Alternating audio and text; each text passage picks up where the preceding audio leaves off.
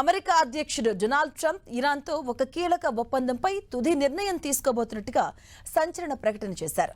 Iran ఎప్పటికీ అణ్వాయుధాలను తయారు చేయబోమని హామీ ఇవ్వడంతో పాటు హర్మోజ్ జలసంధిని తిరిగి తెరవడం లాంటి కఠిన షరతులను ఆయన నిర్దేశించారు. ఈ ఒప్పందానికి ఇరాన్ అంగీకరించిందా లేదా అనే దానిపై స్పష్టత ఇవ్వనప్పటికీ తుది నిర్ణయం కోసం వైట్ హౌస్లోని సిచ్యువేషన్ రూమ్లో సమావేశమవుతున్నట్లుగా తెలిపారు. ఇక సోషల్ మీడియాలో చేసిన ఒక పోస్టులో ట్రంప్ ఈ వివరాలు వెల్లడించారు. ఇరాన్ ఎప్పటికీ అణ్వాయుధాన్ని లేదా బాంబును కలిగి ఉండరాదని ఈ ఒప్పందంలో భాగంగా అంగీకరించాలి అని ఆయన స్పష్టం చేశారు. ప్రపంచ ఇంధన సరఫరాలకు కీలకమైన హార్మోజ్ జలసంధిని ఎలాంటి రుసుములు లేకుండా నౌకల రాకపోకలకు తక్షణమే తెరవాలని డిమాండ్ చేశారు.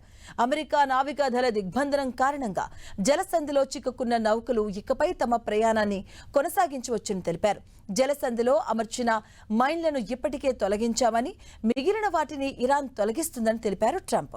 సుమారు 11 నెలల క్రితం అమెరికా B-2 బాంబర్ దాడి వల్ల పర్వతాల కింద కూరుకుపోయిన అనుధూళిగా పేర్కొంటున్న ఇంధన పదార్థాన్ని వెలికితీసి నాశనం చేస్తామని ట్రంప్ తెలిపారు.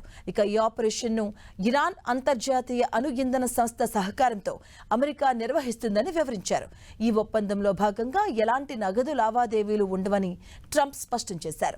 అంతగా ప్రాధాన్యం లేని ఇతర అంశాలపై అంగీకారం కుదిరిందని చేసినప్పటికీ ఇక వాటి వివరాలను వెల్లడించలేదు. హర్మోజ్ జలసంధికి సంబంధించిన ఏ పరిణామమైనా ప్రపంచ ఇంధన మార్కెట్లపై తీవ్ర ప్రభావం చూపుతుంది.